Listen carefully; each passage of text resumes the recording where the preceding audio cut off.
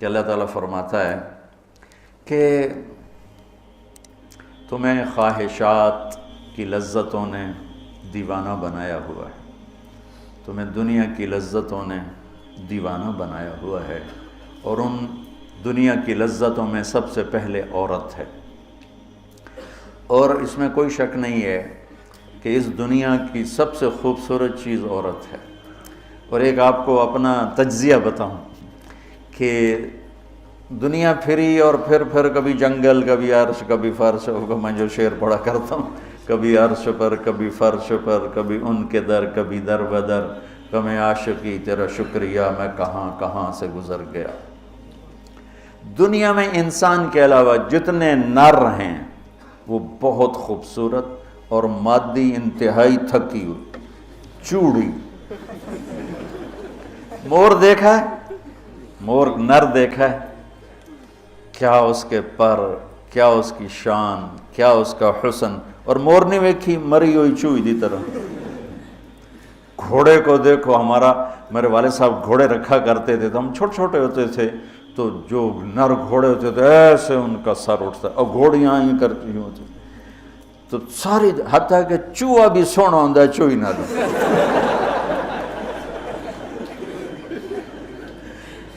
نر کبوتر دیکھو، مادہ کبوتر دیکھو، نر شیر دیکھو، شیر نہیں دیکھو، کھوتا بھی سونا ہے کھوتی نر۔ یہ میرا ایک تجزیہ ہے کہ انسان کے سوا جتنی مخلوق جاندار، اس میں نر خوبصورت ہے، مادہ اس کے مقابلے میں بالکل ماٹھی، اور انسانوں میں اس کے برعکس ہے، اس میں مادہ خوبصورت ہے، نر اس کے مقابلے میں نوکر ہی لگتا ہے بیچارہ۔ اللہ نے عورت کو حسین بنایا ہے، مرد سے زیادہ حسین اللہ نے عورت کو بنایا ہے، اور جنت کی بھی سب سے بڑی نعمت اللہ کی رضا اور نبیوں کا پڑوس اور اللہ کا دیدار، جو ایک روحانی نعمتیں ہیں۔ اس کے بعد جو جنت کی سب سے بڑی نعمت ہے وہ جنت کی نیک عورت ہے، جنت کی حور ہے۔ اسی سے بابا آدم علیہ السلام جو جنت میں اداس پھرتے تھے، جب ماں جی آئے تو ٹھر پائے آدم علیہ السلام، خوش ہو گئے، واہ واہ جوڑی بن گئے، جوٹی دار آ گیا۔ اور یہ بات تو آپ سب کو معلوم ہے کہ اللہ نے یوسف علیہ السلام کو سب سے حسین بنایا، لیکن یہ بات کم معلوم ہے کہ عورتوں میں سب سے حسین اللہ نے حوا کو بنایا، ایسے حوا۔ آج تک کوئی عورت ایسی خوبصورت نہیں پیدا کی گئی جیسے اللہ تعالیٰ نے حضرت حوا کو پیدا کی۔ تو انسانی لذتوں میں سب سے بڑی لذت، سب سے بڑی خواہش وہ اللہ نے عورت، نیک عورت دنیا کی سب سے بڑی نعمت ہے۔ الدنیا کلھا متاع وخیر متاعها المرأة الصالحہ، دنیا چند روزہ ساز و سامان ہے، اور اس میں سب سے اعلیٰ درجے کا ساز و سامان نیک عورت ہے، نیک عورت، جس سے زندگی کی رونق ہے، جس سے زندگی میں حسن ہے، جس سے زندگی میں جمال ہے۔ عربوں میں دستور تھا مار پٹائی کا، تو جب مدینہ میں ایک ریاست قائم ہو گئی تو عورتوں نے آ کے شکایت کی ہمارے خامد ہمیں مارتے ہیں، تو آپ نے ممبر پر کھڑے ہو کر غضبناک انداز میں کہا، جو عورتوں پہ ہاتھ اٹھاتے ہیں ان میں کوئی انسانیت نہیں۔ اس قدر شدید ڈانٹ پلائی، جو عورت پہ ہاتھ اٹھاتا ہے اس میں کوئی انسانیت نہیں، لا خیر فیہم، کوئی انسانیت نہیں ان۔ اور آپ نے فرمایا کہ خیرکم خیرکم لأہلہ، سب سے اعلیٰ درجے کا مسلمان وہ ہے جو بیوی کے ساتھ اچھا سلوک کرتا ہو۔ اور پھر فرمایا، اور میں اپنی بیوی کے ساتھ تم سب میں سب سے زیادہ اچھا سلوک کرتا ہوں۔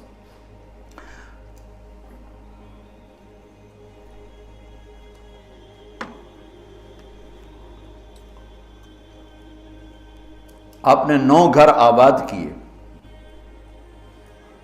جب آپ دنیا سے گئے 9 بیویاں تھیں، اور کسی گھر میں روٹی نہیں کھانے کو، دودھ نہیں پینے کو، دوا نہیں لینے کو، اور بیویاں قربان ہو رہی ہیں،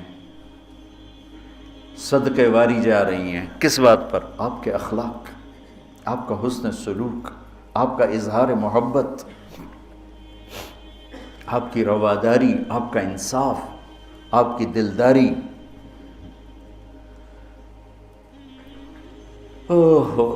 تو اللہ تعالیٰ کہہ رہا ہے تمہیں بڑی اچھی لگتی ہیں عورتیں پھر آگے نمبر 2 اولاد، پھر سونے چاندی کے ڈھیر، پھر بڑے خوبصورت گھوڑے، پھر جانور، پھر کھیتیاں. پھر اللہ کہتا ہے یہ تو دنیا کا تھوڑا سا ساز و سامان ہے، اللہ کے پاس بہت خوبصورت ٹھکانہ ہے. پہلے دنیا کا بتایا. ابھی ہم بیٹھے تھے، تمہارے استاد کہنے لگے ذہب سونے کو کہتے ہیں، اور ذہب ہے چلے جانا، یعنی یہ وہ چیز ہے جو چلی جاتی ہے، اور فضہ بھی ہے، انفضہ سے ہے بھاگ جانا، بھگدڑ مچ جانا. تو سونے چاندی کے اندر ہی بھاگ جانے کا مطلب پڑا ہوا ہے، تو کون کس کے ساتھ یہ وفا کرے گا؟ لیکن انسان کی کمزوری اللہ نے بتائی کہ تمہیں عشق ہے، تمہیں تمہاری خواہش ہے میری بیوی ایسی ہو، میرے بچے ایسے ہوں، میرے پاس سونے چاندی کے ڈھیر ہوں، اور میرے پاس سواریاں ہوں، گھوڑے ہوں، میرے پاس لینڈ کروزر ہو، میرے پاس مرسڈیز ہو، میرے بڑے کھیت ہوں، بڑا زمیندارہ ہو، بڑا میرا ڈیرا ہو. یہ سارے تمہارے اندر کے خیالات ہیں جو اندر جنم لیتے رہتے ہیں، لیکن لو بھی لوگے تو کب تک لوگے؟ شیر شاہ سوری نے جب دلی کو فتح کیا، بہت اچھا بادشاہ تھا، بہت اچھا بادشاہ، تو وہ کہنے لگا ہائے افسوس میرے سر پہ حکومت کا سورج اس وقت چمکا ہے جب میری اپنی زندگی کا سورج غروب ہونے والا ہے. 60 سال کی عمر میں اس نے فتح کیا دہلی کو، اور 66 سال کی عمر میں فوت ہو گیا.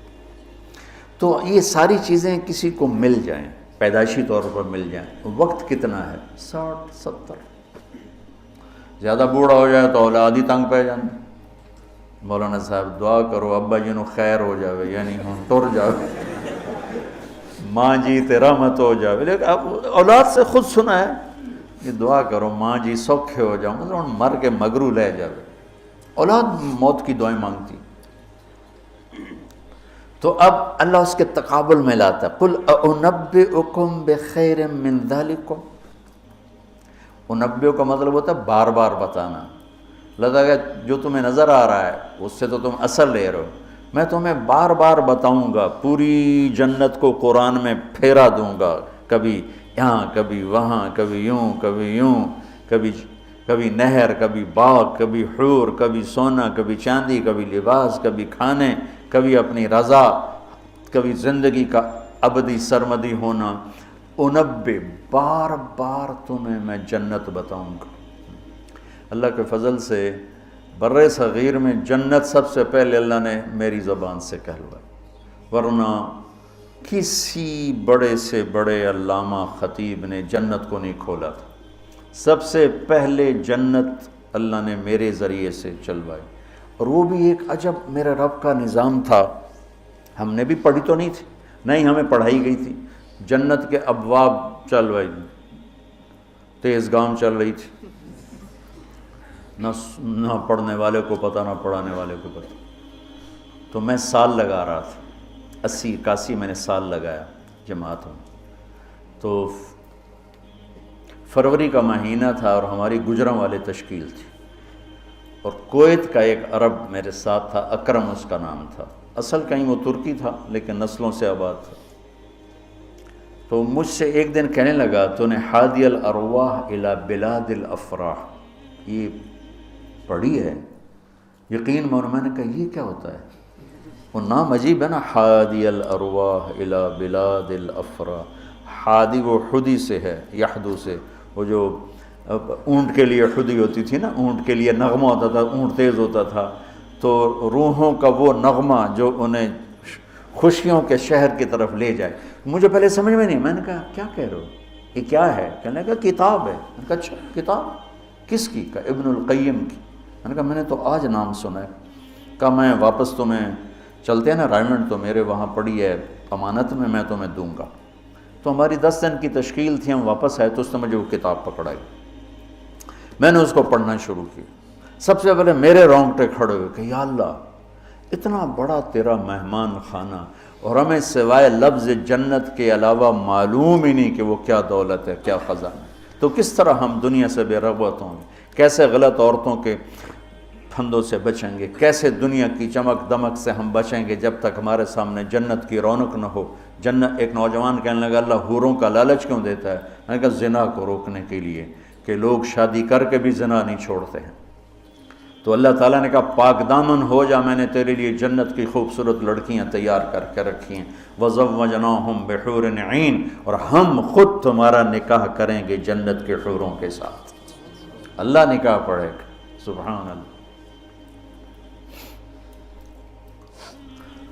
تو میں سال میں تو چل ہی رہا تھا، اور میرے اس وقت ہوئے تھے ستمبر، اکتوبر، نومبر، دسمبر، جنوری، 5 مہینے گزرے تھے، اور باقی 7 مہینے پڑے تھے. سب سے پہلے سال میں نے لگایا تبلیغ میں، پہلے 7 چلے ہوتے تھے.